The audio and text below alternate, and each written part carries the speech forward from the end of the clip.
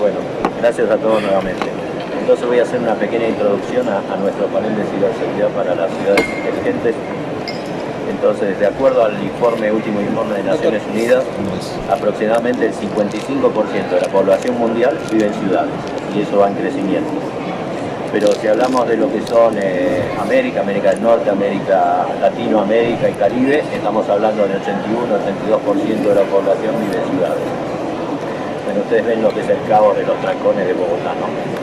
Y se estima que en pocos años más en estos países va a llegar al 90% de la población viviendo en ciudades. Entonces hay que pensar en cómo reordenar las ciudades y cómo hacer ciudades inteligentes. Y busqué una pequeña definición que encontré de ciudades inteligentes que dice que es una ciudad que utiliza los avances tecnológicos como soporte y herramienta para mejorar la calidad de vida de sus habitantes. Entonces, y recorté toda la definición, la pieza fundamental para construir estas ciudades inteligentes es la utilización de las tecnologías más avanzadas disponibles, ¿no? Entonces, cuanto más inteligente es una ciudad, o cuanto más inteligente queremos que sea una ciudad, necesitamos más dispositivos, más sensores, mayor tecnología, mayor interconectividad, y eso aumenta la vulnerabilidad de la ciudad. Hay iniciativas de ciudades inteligentes, las principales que están trabajando: Singapur, Londres, Nueva York, Dubái, y muchos de sus planes están enfocados en sustentabilidad, desarrollo sostenible, movilidad, conectividad, integración de la ciudadanía, pero no le dan un factor importante a la seguridad de la tecnología. O sea, para que la ciudad sea inteligente hay que implementar las mejores tecnologías, semáforos inteligentes y todo lo demás, pero el tema es cuáles son los riesgos de la implementación de toda esta tecnología para hacer la ciudad inteligente. De acuerdo al informe de riesgos del Foro Económico Mundial, y Arístides es un experto dando conferencias sobre eso, todo lo que es temas de entorno tecnológico y ciberseguridad están en cuarto y quinto puesto como los 10 riesgos, en el top 10 de los riesgos. Entonces, tenemos prueba de que muchas ciudades en Estados Unidos han sido hackeadas. Baltimore, Atlanta, Texas, la Florida, un par de ciudades de la Florida, se tuvieron que pagar rescates en cibermonedas para poder liberar. Algunas ciudades estuvieron casi un mes hackeadas sin poder funcionar la ciudad. Y en el 2018, por ejemplo, en Europa, España reportó 54 ataques a infraestructuras críticas.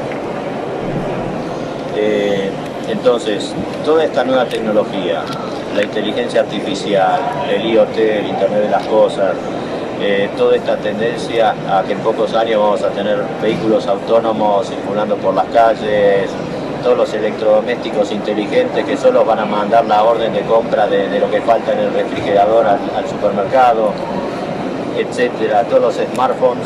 Estamos hablando que en el 2019 se calcula que hay unos 26.000 millones de dispositivos conectados. Para el 2025 están hablando de 75.000 millones de dispositivos conectados. Entonces, ante toda esta problemática y un poco este preámbulo, vamos a comenzar con la opinión de ustedes en el tema de ciberseguridad. Entonces, las preguntas las pueden contestar todos, las pueden ir contestando uno por uno. Entonces, la primera es, para ustedes, ¿cuál es la primera consideración a tener en cuenta en el desarrollo o la creación de una ciudad inteligente? La infraestructura, la conectividad, el desarrollo, la ciberseguridad. Le damos el comienzo a la dama. Bueno, muchas gracias. Yo le daría peso y de manera constante y transversal a todo el tema de la ciberseguridad. ¿Por qué? Porque todo lo que conectemos a este ecosistema va a estar generado, vamos a tener riesgos y vamos a tener que empezar a convivir con cada uno de esos riesgos. Y la idea es saberlos administrar y gestionar. Bueno, yo quiero comentar ahí que en realidad no es que uno tenga que tener en cuenta un aspecto u otro, sino que todos los aspectos, invariablemente Smart City está apoyando la calidad de vida, pero bien la infraestructura o todo lo que se conciba tiene que tener transversalmente la ciberseguridad. En nuestra profesión hablamos de seguridad por diseño y es concebirla desde el inicio, la idea, solo tener en la mente un proyecto. Debe tener un proyecto, por supuesto, pero debe tener pegadito, transversal, pues, el tema de la seguridad. Totalmente de acuerdo.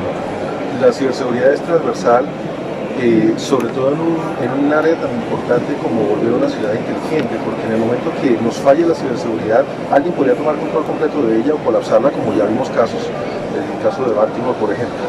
Entonces, la ciberseguridad es transversal, lo que sí te digo es muy importante y es crítico que desde el momento del inicio del desarrollo de cada una de las aplicaciones se haga lo que se llama Secure Development Lifecycle, es decir, desde el principio se comienza a crear una aplicación, se tiene que pensar en seguridad, no solo en la funcionalidad como normalmente ocurre. Así es, la ciberseguridad, para mi opinión, de uno a mis compañeros, es transversal, pero debemos de tener claro un concepto. Las ciudades inteligentes, las personas creen que todo es enfocado hacia la tecnología y telecomunicaciones, y resulta que, como tú lo dijiste, hace referencia específicamente primero a mejorar la calidad de vida del componente humano, es a facilitar esa convivencia de la mano con las tecnologías. El segundo tema es la amistad o el manejo con el medio ambiente, con el ecosistema. Y el tercer componente, ahí sí aparece la tecnología, curiosamente, sabiendo... Todo el mundo piensa lo contrario. Todo lo contrario. Le pone primera la talla. Correcto. Es un concepto que hay que tener muy específico para que cuando estemos hablando de temas de ciudad inteligente, porque hay otras clasificaciones que viene la ciudad digital, la ciudad cognitiva, la ciudad virtual, la ubicua, cada uno con una diferencia y una especie y una especificación clara, pero es definitivamente concreto que la ciberseguridad debe estar en primer orden. Y más adelante seguramente iremos a hablar de IoT y de todos estos temas, que es una gran preocupación. Y termino con esta frase: una ciudad, un país, entre más cerca esté a la tecnología, más vulnerable es. Yo quiero añadir algo, aparte de que la ciberseguridad transversal se vuelve un eje estratégico para el desarrollo de las ciudades inteligentes. Hay que mirarlo desde esa perspectiva, desde el apoyo que nos da a nivel estratégico todo este tema de tecnología. Bien importante todo lo que han mencionado, y cuando se basan al inicio en diseño a través de las ciudades inteligentes y tecnología que está llegando, hay que, de mi parte, pues es un afán que tengo, y lo hablábamos hace unos minutos antes de empezar acá, que es el tema de que las ciudades deben tener un proceso ecuánime en la gestión del riesgo. Si bien es cierto, la ciberseguridad juega un papel fundamental, y es lo que estamos hablando en este espacio aquí colaborativo, hay un sinnúmero de actividades que nos pueden llevar a que se materialicen los riesgos de ciberseguridad. Entonces, las ciudades necesitan también, no podemos hacer el famoso copia y pegue de una ciudad que se diseñó en Colombia o en Estados Unidos, o traer los fenómenos que están ocurriendo en Estados Unidos en estos momentos, a compararlos con nuestro país, porque somos culturas totalmente diferentes. Una cultura que hay un factor diferenciador, como por ejemplo cuál es el espacio de conectividad que tiene Netflix en Estados Unidos en estos momentos, en las horas de la noche, en el cual los datos del 40% de los Estados Unidos están en Netflix en toda la noche. Entonces miren que el proceso de gestión de riesgos, por supuesto puedo decir desde ya que uno de los primeros riesgos que va a identificar el proceso de la evaluación de una ciudad inteligente va a ser la ciberseguridad, pero supongo y llevo también a acotación que hay que llevarlo a una matriz que pueda evidenciar, y también de la misma manera también pueda llevar a que los líderes de las organizaciones y todo el equipo que va a participar en la implementación de este proceso de ciudad inteligente reconozca textualmente cuál es el impacto de cada uno de los actores y cuál es el papel fundamental que tienen cada uno de ellos como partes interesadas en la evaluación del riesgo, y el papel fundamental que tienen también en minimizar la ocurrencia ocurrencia de estos riesgos. Eso nos llevará más adelante a algo que se llama cultura de seguridad. Entonces, ese es mi primer aporte. Gracias. Gracias, Aristide Contreras, que es un amigo y presidente de Colatca, que lo invitamos acá a último momento para que nos colaborara, porque no lo había invitado antes porque iba a estar en Washington, pero prefirió quedarse para venir con nosotros. Así es, gracias. Está bien, pero a ver, sobre la pregunta lo que yo decía es, ¿cuál es el nivel de importancia, o sea, de la ciberseguridad en este diseño de ciudades inteligentes y quiénes deben ser los partícipes en la toma de decisiones? O sea, quiénes tienen que intervenir si realmente la ciberseguridad tiene que ser el tema uno, la sustentabilidad, la calidad de vida de las personas. ¿Cómo se mezcla eso?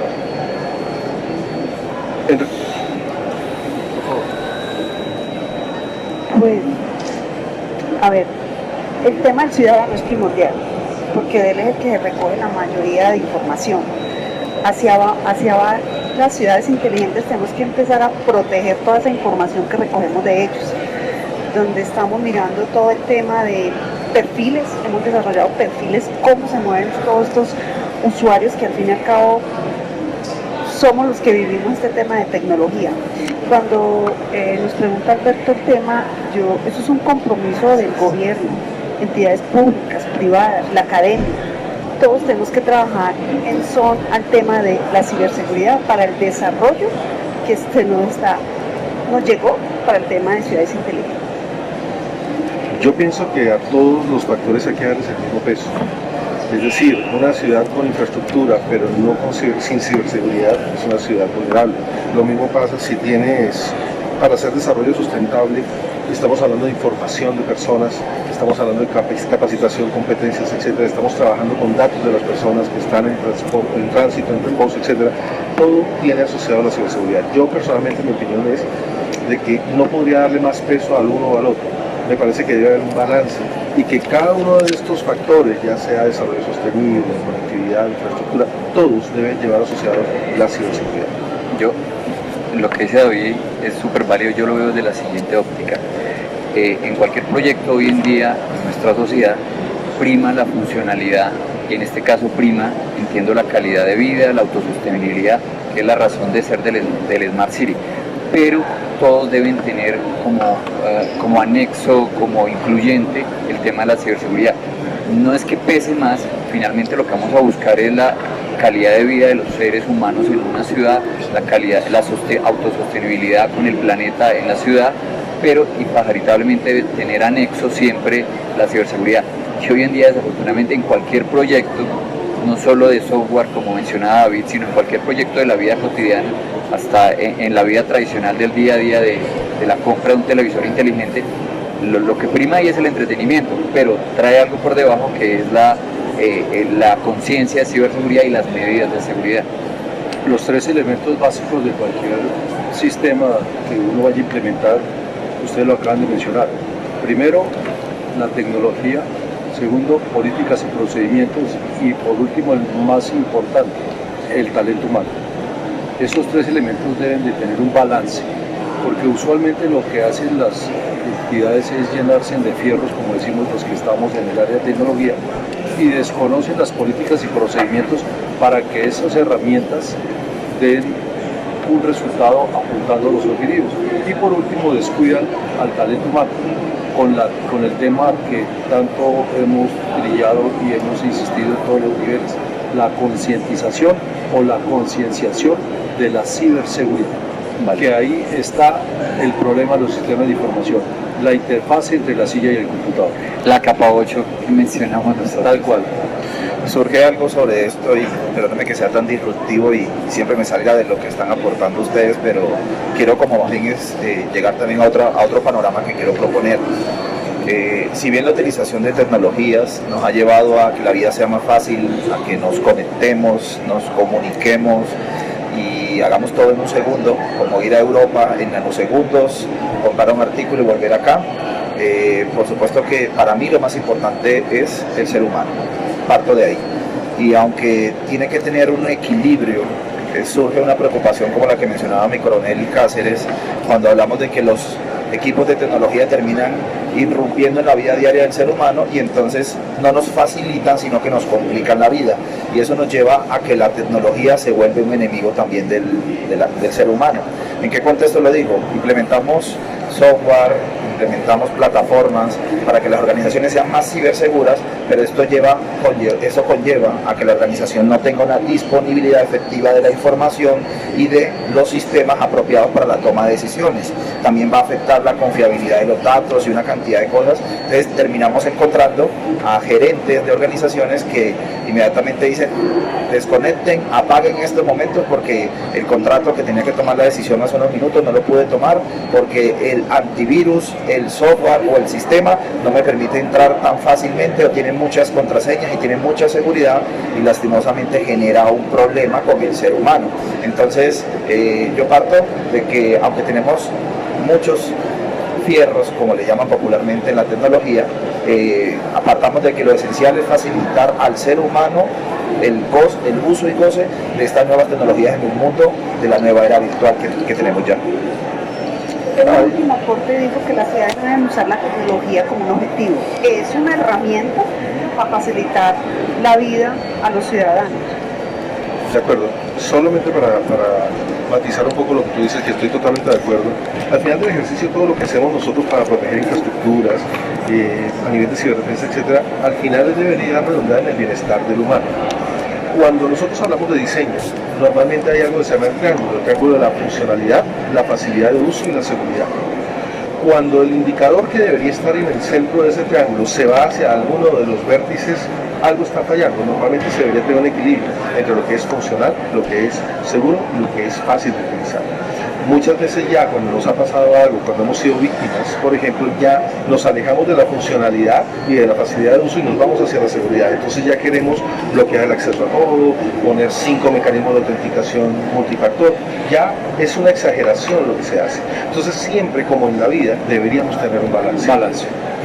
Yo creo que es un poquito de moda, ¿no? Está de moda la tecnología y las empresas quieren tener lo último en guaracha, por llamarlo de alguna manera. Los seres humanos quieren tener el último Apple, etcétera, etcétera, etcétera. Bien sea que nos traiga beneficio, o bien sea que de pronto no nos los traiga realmente. Eso es una cuestión a debatir en cuanto al uso de la TI. Yo quería contestar algo que preguntó Alberto, y es: ¿quién se va a hacer cargo de la ciberseguridad? Desafortunadamente hoy día, o afortunadamente para nosotros, se ha vuelto en algo muy especializado, y es que aunque una ciudad inteligente la diseñe el experto en ciudad inteligente, el que quiera mejorar la calidad de vida del ser humano, debe tener dentro de su grupo de trabajo un especialista por el expertise que se requiere hoy día en ciberseguridad, que lo apoye y pueda definir ese proceso desde el comienzo. Gracias. Un comentario, o sea, yo creo que los gobiernos deberían hacer un poco lo que hacen las empresas, las grandes corporaciones, donde están viendo que el desafío de ciberseguridad y de tecnología es tan fuerte que han llevado a lo que es el C-Level, o sea que es el nivel más alto de dirección de las compañías, han llevado un experto en tecnología, porque hoy en día, o sea, en ese nivel no hay un experto en seguridad, hay un financiero, hay un operativo, pero entonces en ese nivel en realidad los expertos en seguridad están más abajo, pero llevaron al nivel máximo de las corporaciones a un experto en tecnología, porque ven el riesgo que tiene para la organización el tema de la tecnología. Inclusive esa área de ciberseguridad o seguridad, lo recomendable es que no esté dentro de un área de tecnología. La idea es que esté pegado a un staff de la empresa, con el fin de que no sea ni juez ni parte en la toma de decisiones. El asunto es que esa es la recomendación, la buena práctica, el nuevo mandato, y otra cosa es lo que continúa ocurriendo en las empresas. Y por mencionar, yo la he visto por allá, la ciberseguridad debajo del de tecnología y debajo del de recursos humanos, que causa gracia. De hecho, es tan crítico de que la figura del CISO, por ejemplo, para nuestros países en Latinoamérica es una figura casi que novedosa, y no se sabe dónde ubicar al CISO. Al CISO lo tratan de poner debajo de tecnología o al mismo lado de tecnología, y realmente el CISO debería estar conectado como un consultor de la junta directiva de la compañía. porque de lo contrario no hay forma de arbitrar, no hay forma de controlar. Entonces eres juez y parte y no hay manera. Pierde por credibilidad y poder. Totalmente, pierde todo el poder y toda la credibilidad porque no tiene la manera de ejercerlo. Entonces una de las cosas que tenemos que cambiar es la forma de ver a las personas y a los roles relacionados a la ciberseguridad. Es decir, colocarlos en el lugar correcto. Sí, a ver, pero yo que he estado en corporaciones, les digo que es muy importante que tenga ese nivel dentro de la corporación, porque está reunido en la junta de directores y es una de las 3 o 4 personas que toman la decisión dentro de la organización. Entonces, que esté a ese nivel en una organización, en una corporación, hace que su palabra o su opinión tenga mucho peso. Si es un asesor externo, si está abajo del de recursos humanos como solía estar anteriormente, entonces ahí pierde todo el peso de la importancia que tiene, porque además está hablando con el máximo responsable, que es el CEO de la organización, y está con el representante legal de la organización, y está con el que maneja el dinero, que es de donde tienen que venir los fondos para poder hacer más inversiones en ciberseguridad, ¿no? Afortunadamente para Colombia nosotros tenemos un alto consejero que está allá en presidencia, que está haciendo una gestión y que finalmente pues A nivel de gobierno le habla al presidente al lado. Eso es lo que esperamos. Eso es lo que esperamos. Sí. Y está ahí, por lo menos está.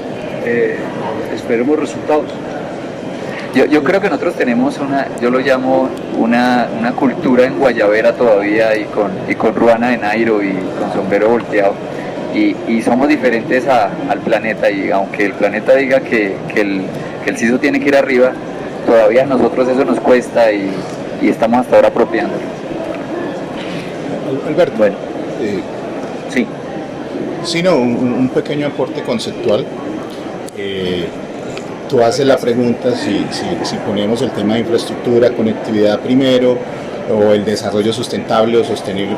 Entonces, simplemente aportar, digamos, a la mesa que hacer una apuesta por ciudades y territorios inteligentes en esa manera de abordar las iniciativas de ciudades inteligentes. Las basuras de las ciudades, pongo el ejemplo de Cali, la basura de Cali no se bota en Cali, la basura de Cali se bota en el norte del valle. Entonces, si yo no hago separación en la fuente, probablemente 2 o 3 generaciones a futuro voy a generarles problemas de lisiviados a los que viven en el norte del valle. Entonces, ese enfoque territorial para abordar las iniciativas debe plantearse desde, y aquí hago un stop, si uno revisa todas las definiciones de Smart City, todas apuntan a desarrollo sostenible. Cómo somos más eficientes en la gestión de esos servicios de ciudad para no comprometer los servicios futuros. Si miramos, digamos, ese orden lógico, pues en la medida en que generamos estas iniciativas, pero tenemos ese enfoque de la unidad básica. La unidad básica de sostenibilidad es el territorio. Entonces, simplemente para responder a tu pregunta, pues la importancia de tener una visión de territorio. Y 2 ejemplos adicionales. Los fenómenos de courbanización. La gente que trabaja en Cali no vive en Cali, vive en Candelaria, en Palmira, que son municipios aledaños. Esas personas, cuando se mueven en la mañana o en la noche, que regresan a sus casas o salen de sus casas, generan problemas de movilidad. Entonces la courbanización genera ese problema. Y el último ejemplo, el agua de Cali, buena parte se toma del río Cauca. Hay 2 plantas de tratamiento. Yo puedo ser muy inteligente en la tecnología que utilicen las plantas, en la manera en que distribuyo esa información, pero si cuenca arriba tenemos afectación, digamos, a ese recurso hídrico, vamos a tener problemas en la gestión de ese servicio. Entonces, simplemente poner en la mesa, y respondiendo a la pregunta, una visión de ciudad y territorio inteligente. Gracias, Alberto. Gracias, sí. Mira, en mi pasado yo solía dar charlas sobre edificios inteligentes y lo que primero que decía es que inteligentes tenían que ser las personas que los diseñaban. Y seguro que esto es un tema multidisciplinario, multidimensional, pero tiene que ser muy importante si todo esto tiene que ver también con la implementación de tecnología. Para hacer una ciudad inteligente tiene que estar desde el comienzo expertos en este tema, en tecnología, en interconectividad y ciberseguridad sentados a la mesa desde el punto cero cuando se empieza a diseñar. Así es.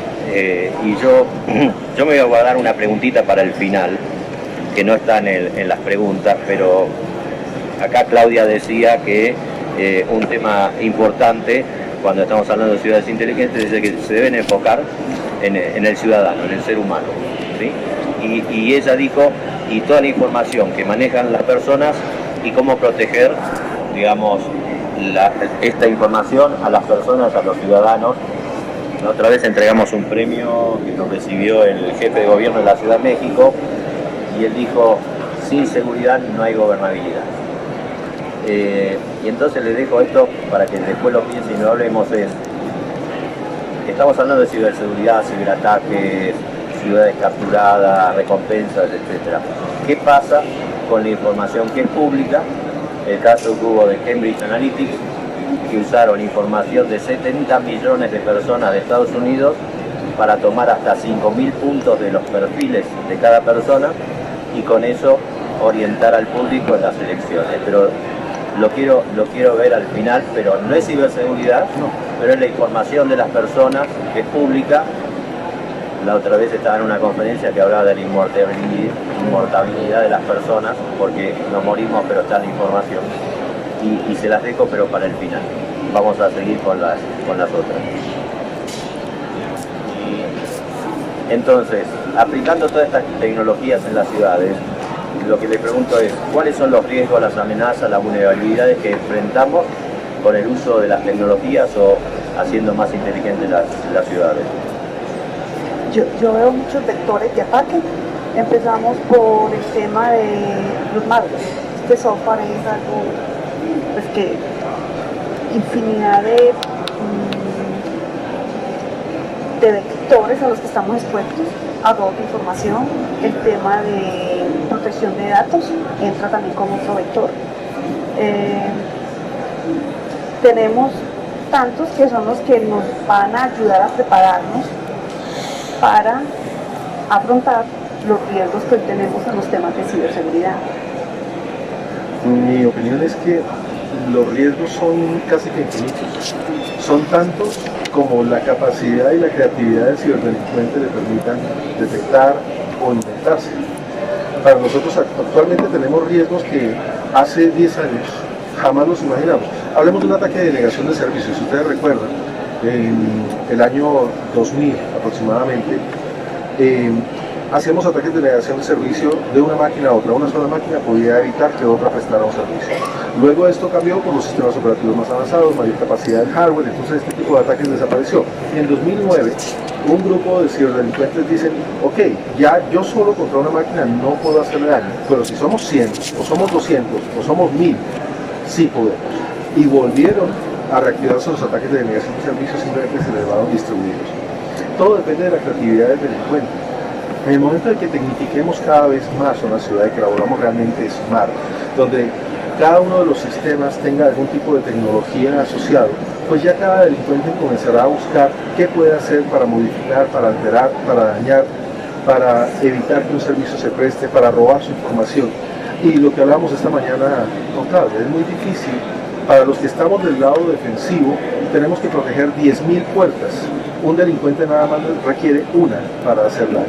Entonces es una lucha un poco desigual, porque ellos tienen todo el tiempo del mundo, su objetivo está claro, tienen una motivación clara, y la nuestra es básicamente defendernos de lo que ellos no pueden hacer. Entonces para mí es casi como un número infinito. Yo quiero agregar un elemento que hemos estado mirando, que es la interconectividad. Hay otro tema mucho más allá que la interoperabilidad entre los sistemas, y eso es mucho más vulnerable porque ya no estamos compartiendo entre los sectores, interconectándonos, y esa interconectividad nos está llevando a la interoperabilidad de todos los sistemas, donde casi que es un efecto dominó, donde uno de ellos esté con un huequito de seguridad, nos vamos varios. Totalmente. Okay.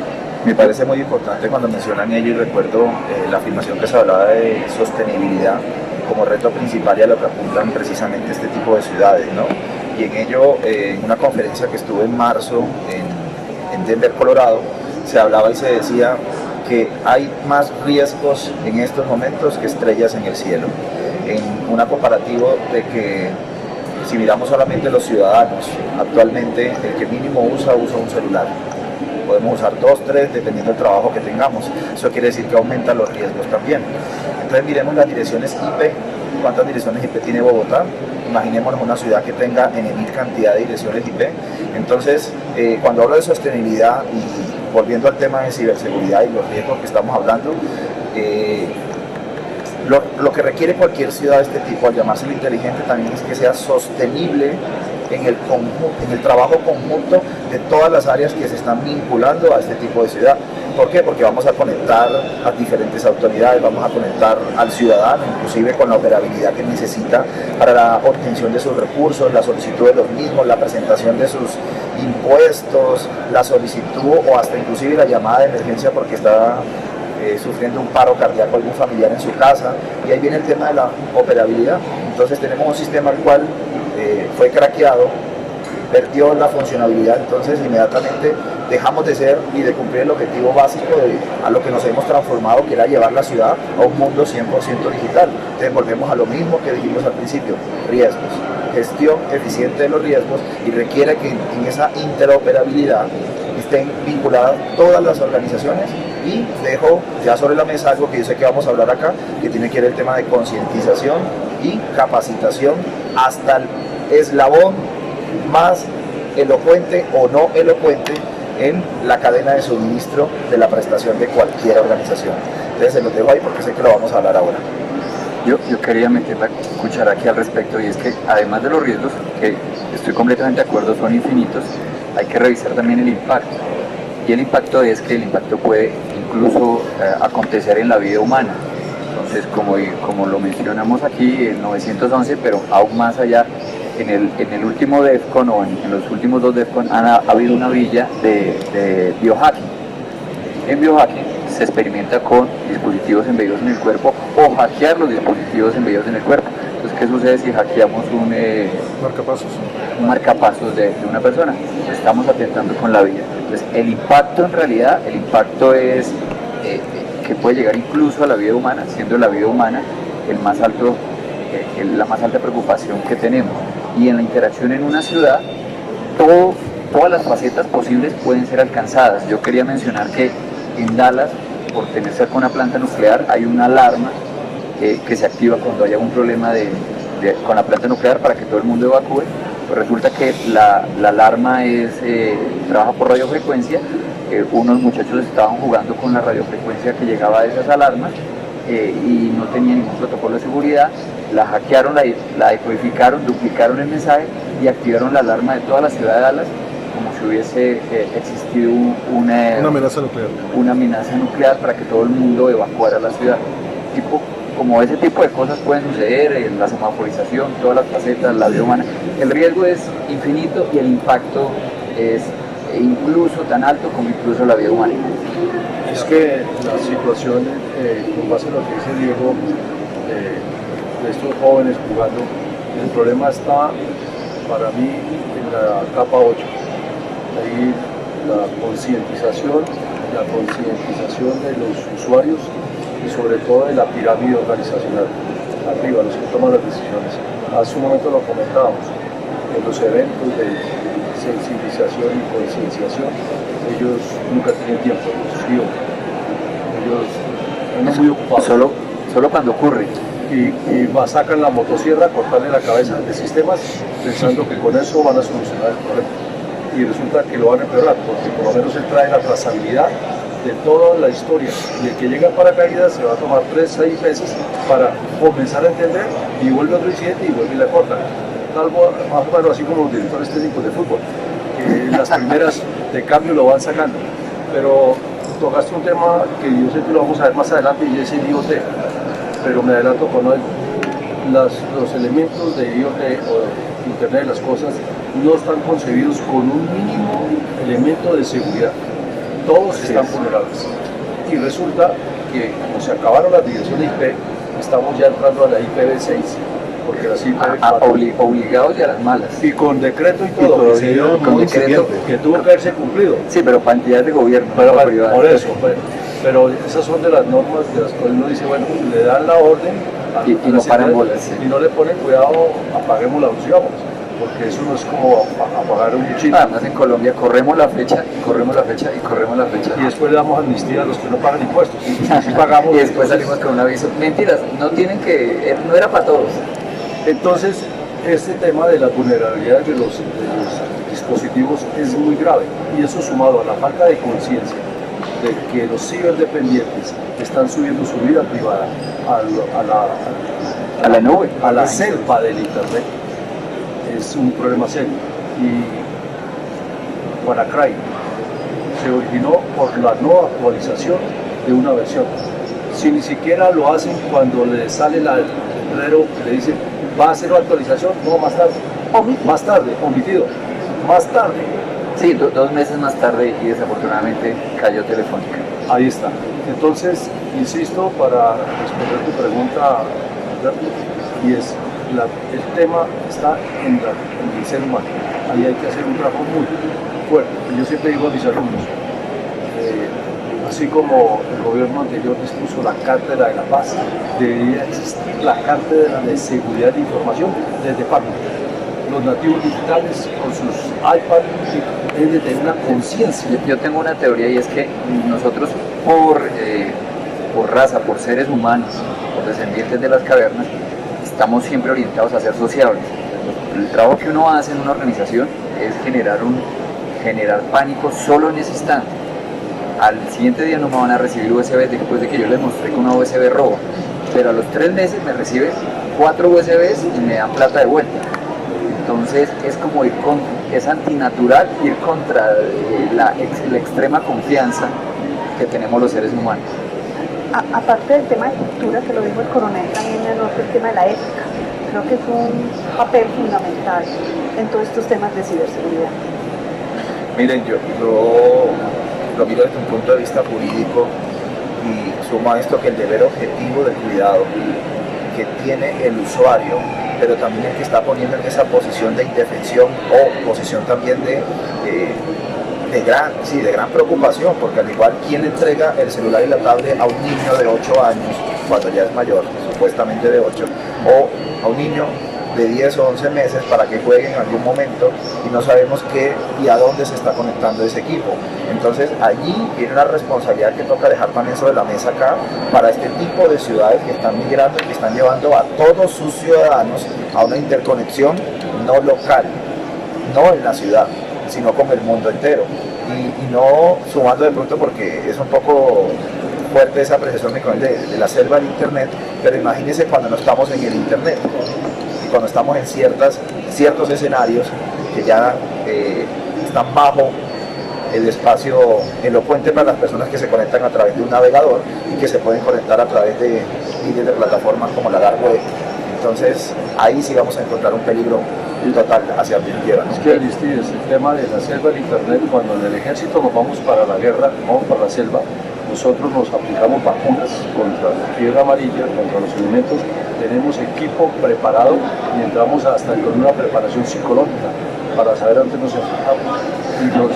Y la selva del Internet le dan a un niño, tú lo dijiste, un iPad, y ni siquiera le instruye y le dice a qué mundo se está metiendo. Y ni siquiera el equipo tiene un mínimo antivirus gratis, que nada es gratis en Internet. Cuando algo es gratis en Internet, tú eres el producto. Entonces, en la vida humana nada es gratis. Sí. Exacto. Entonces, y el papá termina pidiéndole ayuda al niño para que le enseñe a usar la tabla. tal cual. Es un tema de concientización, es un tema de que pues nos estamos adelantando un poquito de pronto, pero pienso que incluso una de las mejores contramedidas para un ciberataque es concientizar a las personas. Y lo hablábamos esta mañana también. Digamos que yo he estado tratando de cambiar un poco el paradigma. Siempre decimos, mira, el eslabón débil es el usuario final, siempre normalmente el virus va a entrar por él, el malware va a entrar por el correo electrónico donde la persona hizo un clic en el enlace. Pero pienso que es momento de cambiar este paradigma y tratar de empoderar a las personas y decirles, mira, tú eres la primera línea de ciberdefensa de tu organización, tú eres la primera línea de ciberdefensa de tu familia, de los menores de tu casa. Si tú eres el ejemplo, ellos lo van a seguir. Hablábamos un poco del ejemplo, esta mañana lo decía mi coronel. Hay ejemplos que se siguen tanto buenos como malos. Tenemos que tratar de ser el ejemplo bueno. Entonces el ejemplo malo es el papá que citas tú, que le entrega un celular al niño, yo lo llamo el aquietador. El niño está llorando, molestando, y le entregó el celular para que juegue. Yo lo llamo la niñera digital. Claro, es una niñera digital, correcto. Entonces, me parece que deberíamos comenzar a cambiar un poco el paradigma y decirle a la gente, mira, está en tus manos infectar a la compañía o no, está en tus manos el proteger a tu familia o no, la decisión es tuya. Es cuestión de que tomes conciencia, comiences a capacitarte, comiences a entrenarte, y hay muchísimos mecanismos para lograrlo. Entonces, pienso que si logramos ciudadanos empoderados a nivel de ciberseguridad, los niveles de ciberseguridad suben. No va a desaparecer el riesgo, por supuesto que no, porque cada vez hay ataques más sofisticados. Pero como siempre, no podemos garantizar la seguridad, lo que podemos hacer es dificultar la tarea del atacante. Y eso podría dificultarlo. Pero adicional al tema de que tenemos que tener un tema de cultura, Sí. también debemos de tener un marco de actuación cuando las personas, así estén capacitadas, no asumen el rol que juegan. Yo creo que las empresas, las ciudades inteligentes deben tener un marco de ciberseguridad para mirar qué hace bien y qué hace mal, y que todo eso tiene un castigo. Totalmente de acuerdo. Debería haber algún tipo de mecanismo coercitivo, y lo hablábamos esta mañana, porque es que las personas, cuando sienten que no les van a pasar absolutamente nada, hacen lo que sea, no importa que exista la regla. Y mira, es un caso diario. ¿Cuántos ladrones son capturados por la policía, pero como saben que a las horas, a las 20, 24 horas van a estar libres, los vuelven a encontrar robando y los vuelven a capturar y tienen 20, 30 anotaciones y siempre van a volver a cometer delitos? Mientras no haya algún tipo de mecanismo coercitivo donde la persona sienta que si comete un error o no si comete un error, si es descuidado a nivel del uso de la información o descuidado a nivel de ciberseguridad, pues debería sí de tener algún tipo de castigo. A mí me ha sucedido que he visitado muchas empresas a contarles de los servicios de ciberseguridad y me dicen, no, vea, yo fabrico pijamas, no me interesa. Y a los 2 meses me llaman porque le robaron todo su dinero, los computadores estaban inseguros porque los contaminaron con ransomware y Ahora sí le interesa. ahora sí le interesa. Yo creo que eso sucede un poquito con los seres humanos. El universo es tan grande de potenciales víctimas para los delincuentes en la vida cotidiana, en la vida personal, que nadie se está percatando que los están robando. Uno cuenta, pero el universo es tan grande que los poquitos que están robando, pues digamos que no hacen ruido, de tal manera que la gente sigue actuando y adquiere una cultura de tranquilidad aparente dentro de la selva de internet. Yo tengo un caso, una cosita que quiero mencionar. Yo casi no uso Facebook, pero que día entré y vi a mi sobrina de 14 años, cuando me dice mi esposa, y ella estudió en la Universidad Gran Colombia, ella tiene 14 años, está en el colegio. Entonces cuando me dice mi esposa, ¿verdad que todos los niños se ponen 30 años y todos son graduados y tienen magíster y PhD? Porque es una cultura común entre ellos y los papás lo único que hacen es sonreír y es aceptable. Entonces, si eso es aceptable, pues los niños lo hacen y no pasa nada. Y ahora para evitar el control parental de menores de edad en las redes sociales, o sea, para vulnerar el sistema que están Sí, es que implementando no puede, ¿no? un menor no puede crear la cuenta, entonces todos los menores, todos los niños ella tiene 14 años, me imagino que tiene la cuenta hace 3 años, no sé, o si ha cambiado muchas cuentas. Desde los 11 ya tiene cuenta y todos los de su salón aprendieron el truco. Hay algo muy importante que quiero dejar acá también para ustedes. En Colombia tenemos ya jurisprudencia. Desde el año 2016, nuestra Corte Suprema de Justicia, en un proceso en la Sala de Casación Civil, no me refiero a las partes, pero una empresa de taxis demandó a un banco por el deber objetivo de cuidado que debía tener el usuario de la utilización de la cuenta. Entonces es importante, hay mucho que hablar sobre ello, pero solamente les dejaré el nombre de la sentencia, que es la 18614 del 2016, y donde en casación civil fue condenado el banco a pagar esa cantidad de dinero por el deber objetivo de cuidado que tenía el banco del usuario de la cuenta en temas de capacitación, concientización y el incumplimiento también de la ISO 27001 y todos los sistemas asociados al tema de la protección de la información. El debido proceder que debe tener el banco ahí. El banco, sí. O sea que lo culparon. Lo culparon, sí. Ahí. Te interrumpo con eso porque después sí vamos a ver un tema legal. Ah, ok. Así que porque si no, no sé qué vos No, podés solamente Yo toda la vida he intentado alejarme de los abogados, No, porque mi padre era uno de ellos y si la vida me los trae. A mí me pasó lo mismo y tengo 2 nueras abogadas. Pero bueno, Sí, no podemos ahí, escapar. aprovechando que estamos hablando de las vulnerabilidades y el comentario que hizo mi coronel sobre el tema del IoT, ya, digamos, lo enganchamos y cómo ven ustedes todo el tema de la vulnerabilidad que tiene todo este tema de inteligencia artificial e Internet de las cosas, los autos autónomos, toda esta tecnología que es muy importante como parte de las ciudades inteligentes. La otra vez estaba hablando con una persona de seguros. Me decía que ellos estaban preocupados con las tarifas de las pólizas en el tema de los automóviles, porque decía que cuando las ciudades se llenen de autos autónomos va a haber mucho menos choques y que van a facturar menos porque van a bajar los riesgos en los seguros. Al problema somos los humanos, claro que sí. Está bien. También está... Hermano, de que gracias a que hay gente mala hay buenos abogados. Sí, también estaba leyendo algunos simulacros que se hicieron que paralizando el 10% o el 20% de los vehículos de una ciudad, en un caso la ponían súper complicada y con el 20% de interrupción de vehículos de una ciudad la paralizaban totalmente. Entonces les dejo a ustedes el tema a ver qué opinan. Hay unos estándares, un estándar nuevo que es el de la ETSI, digamos la Agencia Europea de Telecomunicaciones. Ese estándar es el 103.645, que es un estándar muy interesante donde nos habla de cómo tiene que ser la seguridad del IoT. ¿Por qué? Porque lo que decían ustedes es totalmente cierto. Hasta febrero 19 de este año, cada fabricante de IoT del país que sea, no voy a citar países, hacía lo que quisiera y ponía sus dispositivos como fuera. Entonces eran dispositivos que no tenían contraseñas fuertes o contraseñas por defecto, no cifraban el tráfico, no había un mecanismo para que las personas pudieran actualizar sus dispositivos, no había un mecanismo para que las personas pudieran avisar de que encontraban una vulnerabilidad, etc. Esta normativa, que es el único estándar que existe actualmente sobre IoT, porque hay muchos lineamientos, hay guidelines, como por ejemplo el 800-160 de NIST. Hay una asociación para las mejores prácticas de IoT, que también son 10, pero el único estándar es este, el 103.645, que te habla de todo eso. Pero mira cuánto tiempo nos demoramos para normarlo, y es solamente un estándar europeo. Al final del ejercicio, pues simplemente para un fabricante, si el mercado europeo se pone difícil porque no cumple con los mecanismos de seguridad necesarios, pues bueno, hay otros mercados. Tenemos toda Latinoamérica disponible, ¿no? Entonces, el tema de IoT ya ni siquiera es IoT, es el Internet del todo, es IoE, ¿verdad? ¿Por qué? Porque absolutamente cualquier dispositivo ya va a estar conectado al Internet, hasta tu camisa te va a decir, mira, ya es hora de que la cambies porque ya se está detectando el juego. Entonces, digamos que me parece que cada gobierno, o hacer lo que hace Europa, unirse, por ejemplo, toda Latinoamérica, unirnos para sacar un estándar de ciberseguridad para IoT, porque es que estamos totalmente aislados, cada cual va por su lado, pero al final del ejercicio no actuamos como bloque. Entonces lo que hacen los fabricantes es irse simplemente al mercado que los beneficie.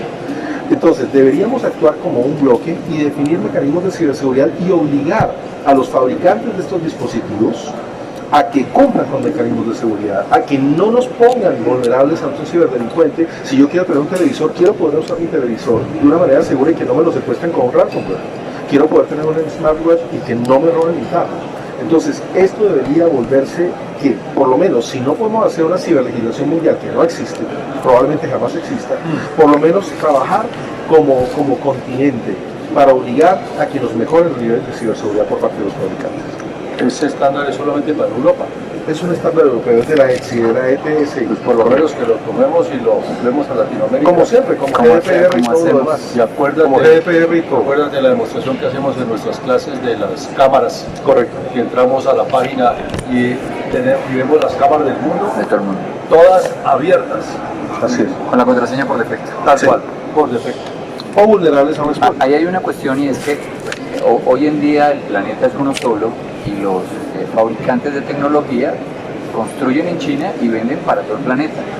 Entonces, si llegase a existir una legislación, esa legislación lo que habría que hacer era restringiría la adquisición o no de X dispositivo en cierta región. De pronto un poquito lo que hizo GDPR, que puso en aprietos a muchas organizaciones con la ley de protección de datos y los llamó al orden. Yo estuve en el Black Hat del año pasado, en el DEFCON, perdón, y evaluaron una aspiradora que ya se vendió porque era baratísima en el mercado, en todos lados, y la aspiradora era un muy bonito Linux, totalmente vulnerable, súper fácil de hackear. El loco entró a la aspiradora de estas robotinas que van recorriendo la casa, Mapea la casa con completamente. el GPS y toda la cosa, y el loco pues tenía la posición de todo, sacó todos los datos, podía tener toda la información, porque era muy fácilmente hackeable. Por un lado funcionaba de maravilla, era útil, sí, pero no tenía cero de seguridad. Volvemos al tema de la funcionalidad primando Y en el sobre la planeta no hay ningún régimen, ninguna legislación que le dijera si era apta para comprarse o no en X o Y país, y no lo existe todavía. Sale y la van comprando porque le ponen bonitos reviews en Amazon y listo, avancemos. El tema ahí es que cuando dicen que el cliente siempre tiene la razón, acá no juega. Cuando nosotros salimos a adquirir equipos afuera, nos acomodamos a lo que vende el tema del proveedor. Claro. Debería ser nosotros como clientes exigir todos estos estándares, normativas, esas buenas prácticas que no las estamos haciendo cumplir. Y estamos en todo el derecho porque somos los clientes. Claro. Pero Diego hablaba de la robotina en el apartamento. Sí, así es. Pero ¿recuerdas el caso de la base secreta de Strava. los Estados Unidos? Strava, la aplicación de Strava. Donde secreta, El micro y resulta que con el reloj monitor los Marines que estaban allá, o uno de ellos, mapeó toda la base y lo hackearon y ubicaron la base donde estaba secreta.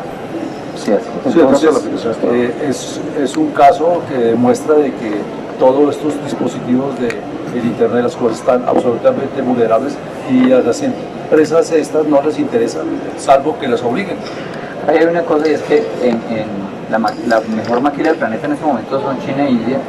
Y hay de todas las gamas, hay los que cuidan mucho el producto hasta los que no cuidan nada, y los intermedios. Entonces ahí hay líneas grises donde lo importante es vender, que funcione.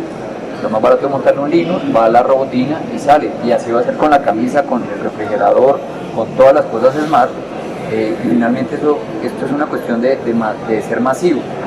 Si es barato, se convierte masivo y no importa. Por eso nos toca a nosotros como clientes y usuarios decir, no te compro tu tecnología porque es insegura. Y prefiero de pronto comprar una tecnología que puede costar 5, 10, 15 dólares más, pero es más segura. Pero David, si ni siquiera colocan una clave segura para el acceso, o si la colocan, la escriben debajo del teclado, o la dejan pegada detrás de la tarjeta de débito. Apple ha desarrollado Cultura es constante y transversal, es Apple hágalo y hágalo y hágalo. Apple ha desarrollado una cosa súper segurísima que era el supuesto rostro, y mi esposa me coge por la mañana, me lo pone y me dice hola, yo abro el ojo y ya lo desbloqueo. Claro. O en el carro me dice así, yo, pero Virgen Santísima, yo pagué una millonada por esto y seguridad no tienen nada. Claudia decía algo hace unos minutos que tenía que ver con el papel del usuario, ¿no?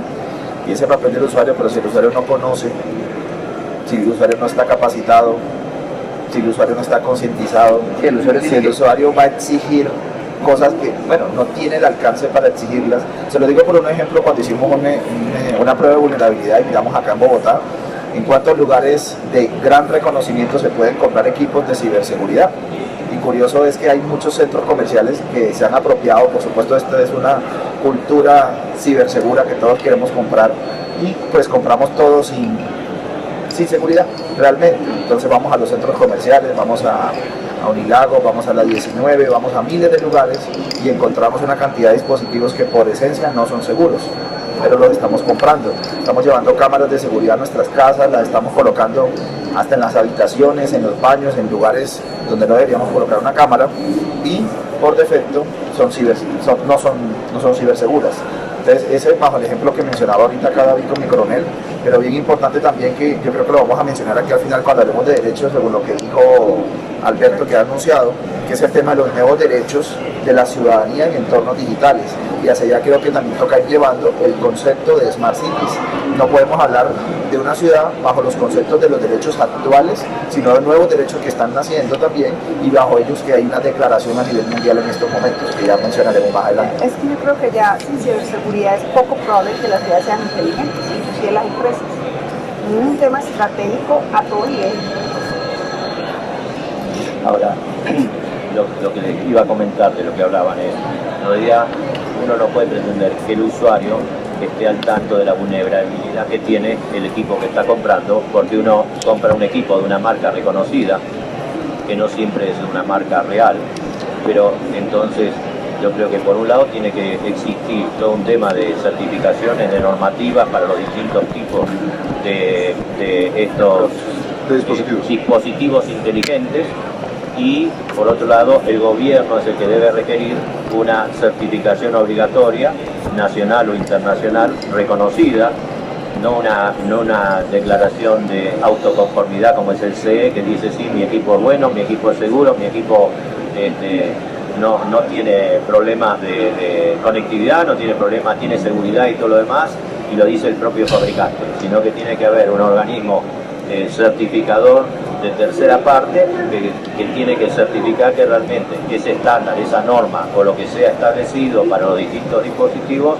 se cumplan, y debe ser el gobierno el que tiene que decir, bueno, la obligatoriedad, así como dice David, que tiene que haber normativa de ciberseguridad y regional sería mucho mejor, porque si no, lo que hoy está prohibido en Colombia, mañana se vende en Argentina, pasado en Brasil y Bolivia y en todos los lugares. Pero además, el que tiene que proteger a los ciudadanos es el gobierno. El Estado.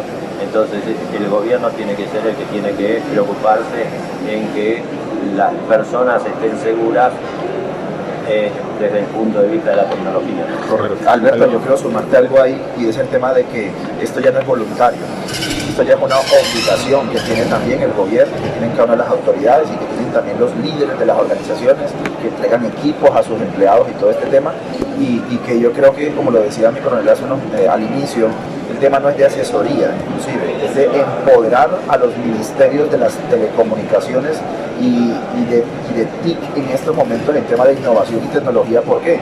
Porque, o sea, nada más las cifras de actualización que hubieron presentadas por HotSuite a año 2018 mencionan de que de los 4.388 billones de seres humanos que se conectan a la internet, 3.986 billones ya se conectan a través de un celular. Entonces, si esa cifra es tan real y tenemos tantas personas interconectadas y utilizando este tipo, ¿qué le está brindando a esos usuarios en temas de seguridad? O sea, hay una cifra real, contundente, que demuestra que esto no es voluntario ya no se puede negociar. Para ir avanzando. Entonces, todas estas amenazas, ¿sí?, que tienen las ciudades, tenemos amenazas de cibercrimen, tenemos amenazas de ciberespionaje, tenemos amenazas de ciberterrorismo, tenemos hackeo de bases de datos, hackeo de ciudades, robo de información de las personas. O sea, ¿qué debemos hacer para protegernos? ¿Cuál es la opinión de ustedes en estos temas? No sé, acudir a cada religión. No, pienso, de nuevo, me parece que tenemos que capacitar a las personas, darles competencias a las personas para que puedan tomar una decisión informada, para que sepan de los riesgos, para que cuando hagan algo tengan conciencia del riesgo, lo que hablaba esta mañana Aristide. Las personas tienen que estar conscientes y volverlo parte de la cultura país, ni siquiera cultura organizacional. Yo hablaría de cultura país o cultura región, donde las personas sepan de los riesgos, sepan que con su accionar pueden facilitar la vida del delincuente, porque garantizar la seguridad es imposible. Lo que podemos hacer es dificultar la tarea del atacante, como lo decía. Y complementarlo con temas de regulación y normatividad. Este es un tema que creo que tenemos falencias y tenemos que montar mecanismos que aseguren que eso va a funcionar, que tengamos que hacer auditorías, que nos vigilen, porque de lo contrario, por mucha sensibilización, mientras no tengamos un efecto de lo que hacemos, no vamos a lograr que estos temas de ciberseguridad se nos incorporen. Acá hay un tema de corresponsabilidad, en el cual, lo decíamos antes de que empezáramos acá cuando hablábamos todos, hay que reportar que fuimos objeto de, es que es más, la ley nos obliga ya a reportarlo, pero todavía como latinos estamos ocultando una cantidad de cosas, y sí, hay que legislar. Colombia es uno de los países que tuvo mucho en el Congreso, lastimosamente, el convenio de la ciberdelincuencia, el convenio de Budapest, mucho tiempo para poder adherirnos a esto. Gracias a Dios, ya ahorita lo tenemos, ya podemos romper las barreras fronterizas para poder judicializar personas desde otros países, y bueno, un trabajo colaborativo con Interpol y otras entidades, pero hay que legislar. Ya lo que legislamos en la ley 1273, que cumple 10 años este año preciso, 2019, ya hay que evaluarlo y hay que hablar de nuevos derechos y de nuevos tipos penales. Hay que legislarlo. Yo quiero ponerle sobre la mesa lo siguiente. Imagínense que lo correcto es la gestión de riesgos, ¿cierto? Todos estamos de acuerdo. Pero y la gestión de riesgo hoy en día, de manera corporativa y gubernamental, se rige por ISO 27001, los 31.000, 27.032 para ciberseguridad, pero aún las organizaciones que tienen sistemas maduros de gestión están siendo robadas. Es decir, eso tampoco está dando abasto. O sea, la correcta gestión de riesgos, la supuesta correcta gestión de riesgos, los Fortune 500 que tienen gestión de riesgos no está funcionando y a las organizaciones las están robando. El Banco de Chile le robaron 10 millones de dólares, Baltimore lo secuestraron, etcétera, etcétera. Han ocurrido 10.000 situaciones y todo lo que se está planteando ahora es soluciones más creativas, más de innovación, mirando mucho más allá, obviamente con lo que todos ustedes comentan, teniendo de manera transversal la cultura y la conciencia, para que la gente pues, yo no quiero caer en el negativismo que tú dices, la gente no lo sabe, pero hay que reforzar de cierta manera que la gente entienda, los seres cotidianos del día a día entiendan. A mí llega a la cabeza mi familia, mi cuñada, por ejemplo, que tiene, de madre soltera, tiene un muchacho de 20 años, tienen idea de tecnología y para ella esto es marciano. No sé cómo hacérselo llegar. Siempre me pregunta, ¿usted qué es que trabaja? Me desgasto contándole y vuelve y se lo olvida, no pasa. Bueno, pero creo que ella es un común denominador de muchos de nuestra población. Entonces, les pongo sobre la mesa que la gestión de riesgo se concibe como lo correcto, tampoco está dando abasto.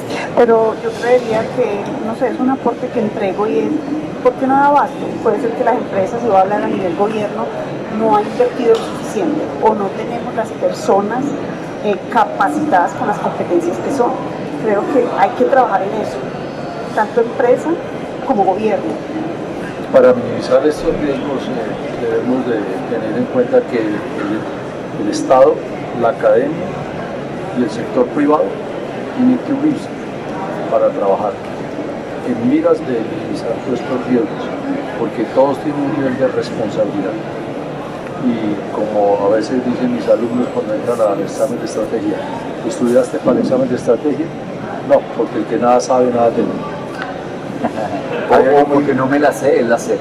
Hay algo muy importante también, es que debemos crear nuestro propio cuadrante mágico de Gartner, donde podemos evidenciar textualmente qué organizaciones bajo calidad están trabajando. Eso es algo muy bueno. Por ejemplo, lo hablaba con Alberto y Alas tiene una muy buena idea, que es precisamente con todos sus asociados empezar a crear sistemas, empezar a crear normas para que podamos nosotros saber la calidad de los productos y tomar decisiones informadas cuando yo compro cualquier cosa o no. Entonces eso es muy bueno, eso ya se llama corresponsabilidad en las organizaciones, pero cuando hablamos de este cuadrante mágico, hay mucha gente que no lo conoce y no sabe dónde está ubicada la tecnología que está comprando y a dónde va a llegar más adelante. Entonces eso es una muy buena recomendación. Yo lo reevaluaría porque Gartner es comercial. Sí, pero Sí, es una buena es práctica, lo que ¿no? hace básicamente un sentido figurado. Es Yo la buena tampoco confío en práctica. Gartner en absoluto. Gartner es Pero es, comercial. digamos, básicamente la misma idea. Exacto, Aplicar un pero cuadrante ese es el de qué referente. es lo que Pero un realmente cuadrante sirve o no sirve. Un cuadrante Exacto. que tenga riesgos. Por supuesto, también. Pero Es un punto de ya existe partida lo que se para llama bajar. como un criterio. No solo riesgos, proveedores, tecnologías. Sí. Como Aristides todavía de riesgos. Pero ya existe algo que se llama como criteria y es un estándar ISO y es un organismo americano que evalúa los dispositivos y les pone un nivel de C4 más, Sí. C4 Plus, que le presten atención es otro tema. Disculpame que los interrumpo, pero la verdad que escuchándolos voy tomando algunas ideas de ustedes que son los expertos y lo que se me ocurre, digamos, tomando un poco lo que decía David, que hay que cambiar el paradigma y que el first responder, o sea, tiene que ser el usuario, ¿sí? Y que es la primera línea de defensa en todo lo que es ciberseguridad. Y por otro lado, lo que decía Aristides en el tema de los pacificadores digitales.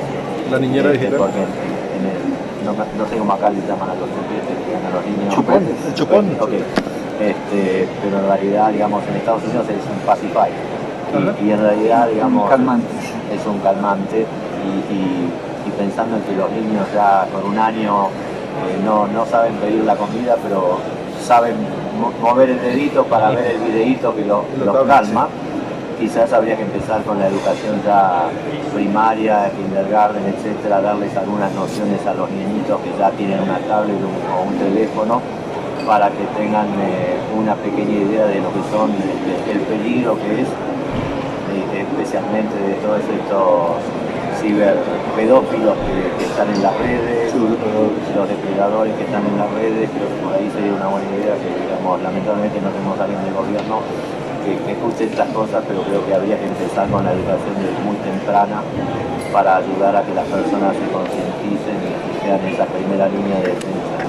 Hay unas reglas que se llaman las reglas del TICER, que tienen que ver básicamente que a los 3, 6, 9, 12 años de vida del niño, qué tipo de interacción debe tener con la tecnología. Por ejemplo, que a los 3 años no debería tener ningún tipo de interacción con tecnología, luego que entonces a los 6 años debería tener un tipo de interacción, por ejemplo, con programas de televisión controlados, bajo supervisión adulta, y así sucesivamente.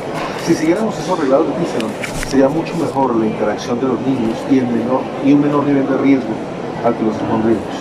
Pero ahí hay que tener algo muy importante, complementar lo que tú dices: instruir, educar y no prohibir. Donde entremos a prohibir es más complicado el tema. Más llamativo. Hay que instruir. Esa es la cátedra que usted habla. Tenemos que tener una cátedra de ciberseguridad. De hecho, la cátedra país de ciberseguridad, correcto. Pues en este contexto, en el kindergarten, podríamos una materia de ciberseguridad para los niños. Sí, sí. Porque nos quedan unos 10 minutos.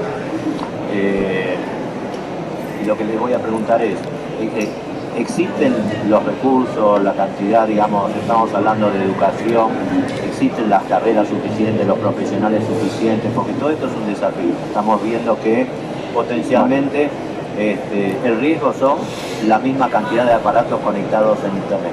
O sea, estamos hablando de millones o miles de millones de riesgos potenciales, porque cada equipo conectado en Internet es una potencial vulnerabilidad. Entonces, existe cantidad de profesionales, existen escuelas, existen cursos, certificaciones, etcétera, en temas de ciberseguridad. A ver, hay un riesgo más alto que eso todavía.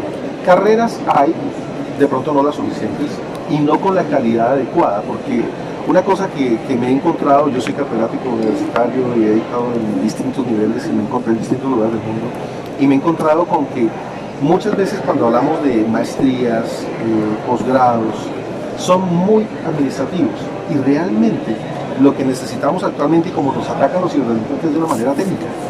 Entonces, la capacidad técnica real de los, se supone, expertos en ciberseguridad no es la necesaria.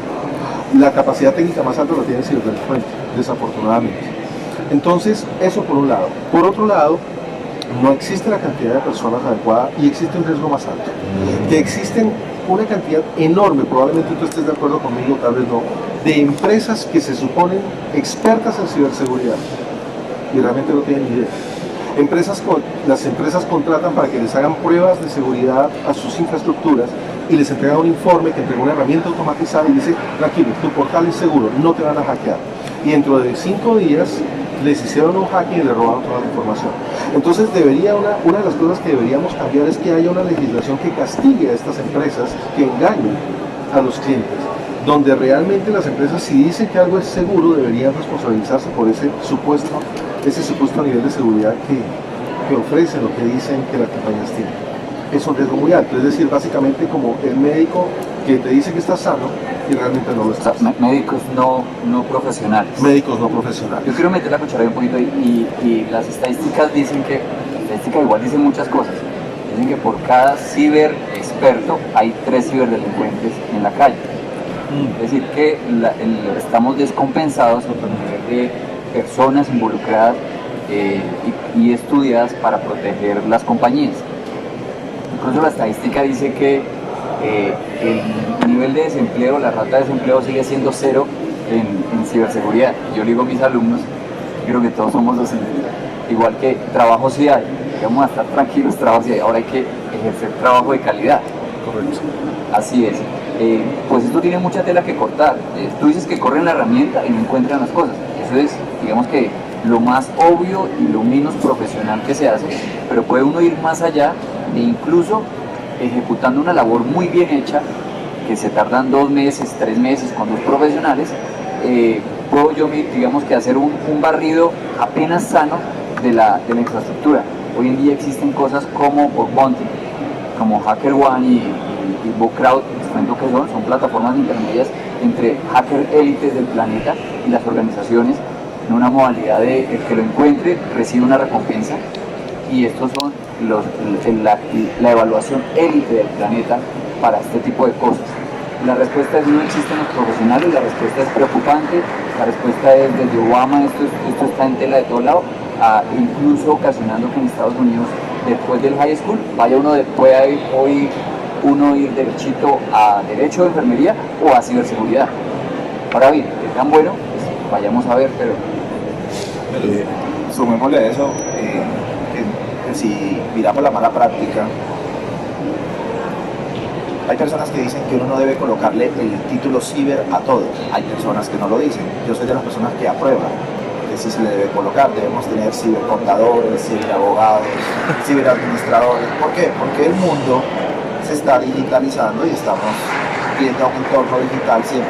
Entonces hay que tener mínimo una competencia básica que sea el conocimiento de este mundo ciber, ¿no? Claro, y es como hay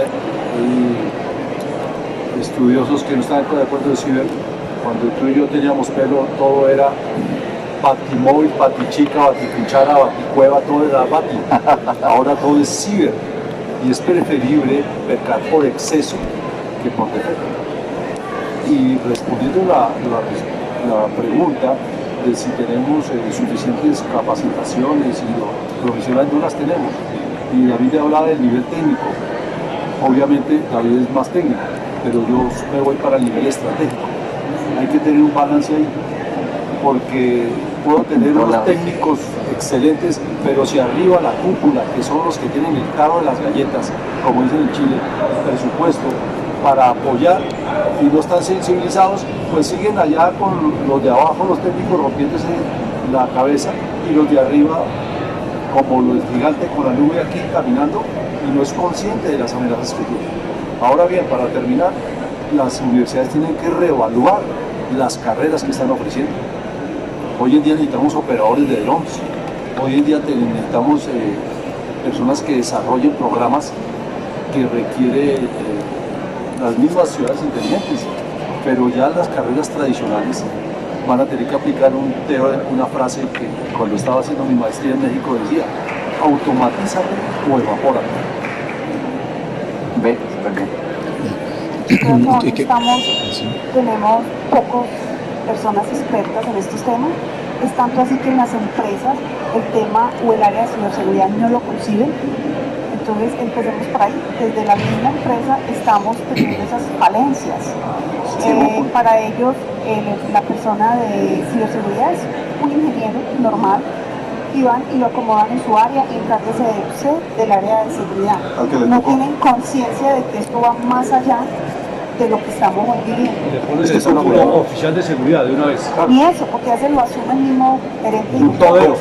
Confundimos ciberseguridad con seguridad de la información y con seguridad informática. Total. Entonces, la empresa experta en ciberseguridad, ¿y tú qué haces? No, nosotros montamos firewalls.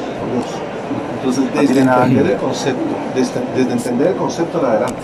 Yo quisiera... Lo peor es creer que ese ingeniero, que no tiene unas competencias, es el que va a responder por toda la organización a lo largo y ancho o en cualquier lugar del mundo que se encuentre la Pero extensión. es que como yo como gerente no tengo conciencia, para mí es mejor. ¿Para qué lo tenga usted? Si usted es el director de tecnología, pues usted es el oficial de seguridad, usted es el todo. Sí, en el pasillo sale y se la gana una rifa. Sí. Ahora, además, se ve que sabe como de redes, entonces usted también debe saber de eso. Sí, ahí quisiera aportar un ejercicio que estoy haciendo académico. La ACM, que agremia, digamos, a todos los que trabajan en ciencias computacionales, trabaja con la IEEE, en diciembre de 2017 planteó un currículum para un pregrado en ciberseguridad. Yo creo que una de las dificultades es que la ciberseguridad confluyen diferentes saberes, no solamente el saber computacional o tecnológico, sino que confluyen, digamos, temas de derecho administrativo. Y si ustedes observan el currículum, yo me tomé el trabajo de revisar el currículum, entonces se habla del Reglamento Europeo de Protección de Datos Personales, de legislación, y entonces lo que está pasando es que hay una convergencia de saberes para las competencias que demanda esta cuarta revolución industrial. Entonces tal vez el tema no es simplemente, digamos, si hay una oferta, sino que desde esa rigidez que hay en las diferentes decanaturas académicas, o sea, ingeniería y derecho, tienen que unirse para poder sacar un programa de ciberseguridad. Es indiscutible por las temáticas. El tema es si de ambos lados donde pontifican están dispuestos a hacerlo. Entonces una reflexión allí es que ya hay iniciativas desde el área tecnológica, revisando el contenido implica, y entonces aquí está Aristides, y de seguro que vemos que en esta mesa tenemos abogados, tenemos ingenieros, y entonces el tema se tiene que abordar así. Desde la academia también se tiene que dar lo mismo. Y rescatar, digamos, el trabajo que ha estado haciendo la OEA, yo sigo mucho, digamos, lo que hace la OEA, creo que ha venido trabajando mucho en ese tema de pedagogía y que los Estados miembros empiecen a caminar hacia allá. Creo que está despertando el tema y bueno, es una oportunidad de negocio, es una oportunidad de una trabajo. Necesidad de la sociedad. Del mercado. Es una necesidad. Así es. Ya nos quedan 5 minutos. La verdad que me gustaría tocar la opinión de ustedes, que ya no es un tema de ciberseguridad, pero como les dije antes, a través de las redes o de todo el ciberespacio, el acceso a los datos de las personas y cómo usarlos para influenciarlos, como pasó con el tema de Cambridge Analytics, que no solo es el tema de que recogieron datos de 70 millones de americanos buscando perfiles por estado, por etnia, buscando cuáles eran los temas más críticos en cada lugar para hacer publicidad enfocada en eso. Dicen que de algunas personas llegaban a recopilar 5.000 datos que los usaban para mapear y para hacer inteligencia artificial y cómo orientar la campaña. Hay un ejemplo que hicieron en otro lugar espectacular también, cómo manejaron la etnia en el tema de votos. O sea, ¿qué pasa con eso? Bueno, Alberto, lo que estás tocando hace parte de las guerras de quinta generación. Es un punto interesantísimo que es la guerra sin límites. Es una modalidad, la ciberguerra dentro de las quintas de generación, es tomar el control de la voluntad de las personas para que hagan lo que yo quiero sin disparar un arma. Lo acabas de citar con el ejemplo.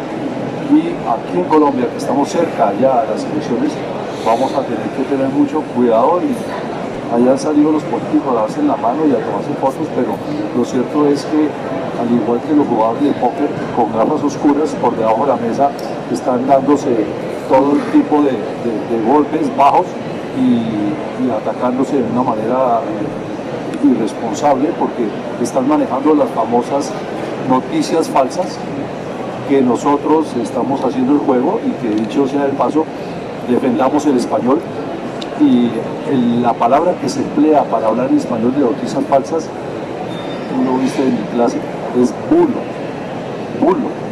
Miremos el diccionario de la Real Academia de la Lengua Española. No hablemos de fake news, de los tips. Hablemos de noticias falsas o bulo, que son las palabras que se emplean. Entonces, finalmente, las guerras de quinta generación están en boga. Entren a YouTube, hay videos explicativos de las guerras de quinta generación y esto que estamos viendo con el manejo de la voluntad del electorado por medio de redes sociales es un tema muy serio. Lo vemos en Europa, allá con el famoso Brexit. Ahí está, y miremos Estados Unidos y finalmente Rusia y todos serios, nadie reconoce nada y miren los dirigentes que tienen. Alberto, a mí lo que más me llama la atención es que estas empresas que recogen toda esta información saben que van a hacer algo indebido. Es tanto así con el tema de Facebook. Cuando entrevistaron y estuvo ante el Congreso, le preguntaban a él, ¿usted nos diría qué hizo ayer en la noche? Y él decía que no. Es tan consciente del mal manejo que le dan a la información de los usuarios que el mismo él como responsable no la entrega. O sea, es lo poco ético de estas empresas para manejar esa información. Hay algo interesante y es que esto no es nuevo, esto viene pasando desde hace muchísimos años. El tema de influenciar a las personas para que hagan algo o dejen de hacerlo, estamos hablando de los años 60 cuando en los cines comenzaron con los mensajes subliminales, que te ponían en los intermedios o te ponían uno de los cuadros, de los 28 cuadros por segundo, te ponían lo que decía tome Coca-Cola, tienes hambre. Y cuando hacía el intermedio la gente se desbandaba a la tienda a comprar Coca-Cola y a comprar crispetas. Entonces, el influenciar a las personas es algo muy, muy viejo. Tiene que ver mucho con el estudio del cerebro, sobre todo el uso del cerebro primitivo, que es la parte, digamos, que toma las decisiones o la mayor parte de las decisiones humanas. Entonces, estamos hablando ya de un hacking de humanos. Es decir, yo te analizo, te hago lo que técnicamente se llama tracking, es decir, yo conozco todo tu comportamiento, yo sé que tú a las 6 de la mañana... Inteligencia. Correcto, tú a las 6 de la mañana te conectas a determinada página noticiosa, duraste 15 minutos allí, hiciste clic sobre un aviso de un tiquete aéreo, entonces ya yo sé que tú necesitas viajar, rastreo hacia dónde quieres ir, y luego a las 2 horas te mando un correo electrónico diciéndote las últimas ofertas de la aerolínea XYZ. Entonces, estamos en un permanente tracking donde tu vida personal está simplemente a expensas de todas las compañías que tú utilizas. Llámalo Google, llámalo Facebook, llámalo Microsoft, cualquier compañía de estas toma tus datos y los vende al mejor postor para que luego simplemente te tengan perfilado dentro de un grupo correcto, un grupo demográfico, ya sea por etnia, por edad, por nivel académico, por capacidad adquisitiva, etc. Gustos y demás. Entonces, esto no es nuevo, simplemente que ahora lo tenemos mucho más rápido, mucho más fácil, tenemos Big Data, tenemos algoritmos de computación cognitiva, aprendizaje dirigido y no dirigido, que nos permiten hacerlo así, a la velocidad de la luz, y saber si yo saco un producto que tenga determinado color, cuántas personas de mi objetivo, de mi mercado objetivo, van a poderlo comprar en el corto plazo, mediano plazo, largo plazo y demás. Hay un tema que se ha tratado también a nivel mundial que es el Sharp Power, y de la mano también con todos estos principios que ustedes están mencionando y la forma como se roba información y se utiliza en pro de intereses particulares, tiene la preocupación porque el Sharp Power ya es a título gubernamental y tenemos países que están haciendo Sharp Power, los tenemos muy cerca, que directamente nos están influenciando personas, que nos están influenciando el cambio de conductas en todos los sentidos. Entonces hay que estar muy de la mano con eso. Por eso también digo que hay que civilizarnos en la tecnología y en los retos que trae el mundo actualmente, porque no podemos seguir pensando que el mundo era lo que veíamos antes. Y de ello, sumado solamente a culminar también frente al tema de lo que es el reto de lo que va a venir, la noticia que pasó hace varios años cuando el BBC Mundo publicó el restaurante que llegó a la primera posición en el TripAdvisor por ser el mejor restaurante en Londres y no había servido un solo plato. Entonces, hay una cantidad de retos de lo que es la interconexión con esto y la utilización de plataformas de movilidad, abro comillas, que le permiten uno ir de un lugar a otro, pero que lastimosamente nos están llevando a zonas de muerte. Caso particular lo que vivimos acá en Bogotá con el funcionario del Banco de la República y que ha pasado en todos los lugares del mundo también y que caso particular que casi me lleva a mí también a un lugar de la muerte, por eso hablo de ello. Yo quisiera aportar, digamos, un tema aquí, mi tesis de la maestría que estoy cursando en la Escuela Superior de Guerra apunta a este tema de protección de datos personales y analizando un poco, digamos, el marco conceptual, pues viene, digamos, una línea del derecho a las comunicaciones y se desprende la protección de datos en esa línea, cómo protejo, digamos, yo en ese mundo de las comunicaciones, pero también surgen otras líneas que apuntan a un derecho fundamental, que es el derecho a la intimidad, o traducido como el derecho a querer estar solo, pero se deriva allí porque el derecho que ya es reconocido como por la Comunidad Europea y en ese modelo europeo, digamos, ha profundizado bastante, se plantea como el derecho del ciberespacio, el principal derecho del ciberespacio, y es ese derecho que yo tengo a decidir quién usa mis datos, quién hace tratamiento y hasta dónde lo permito y revocar ese tratamiento. Aparece otro concepto importante dentro de ese derecho que es el derecho al olvido.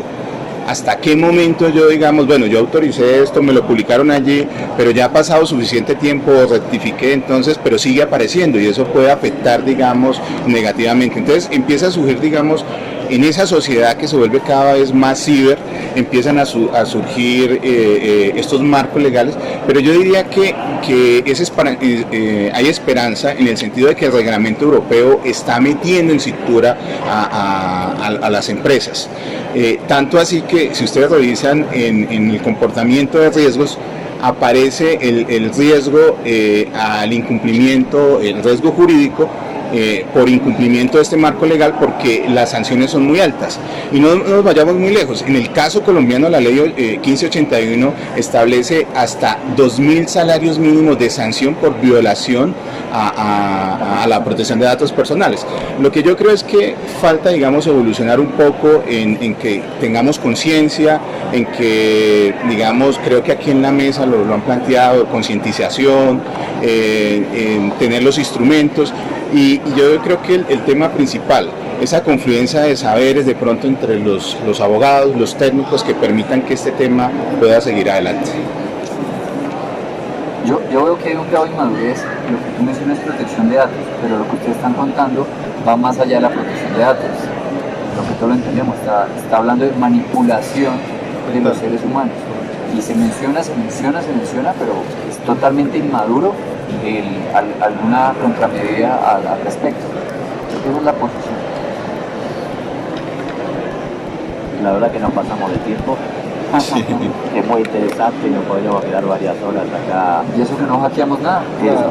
Bueno, nos faltó una demo de David hackeando algo de La próxima lectura o me traigo una USB maligna. Bueno, Los hackeos. les agradezco muchísimo a todos, muy importante toda la contribución de todos ustedes y muchas gracias por haber participado de este panel. Muchas gracias.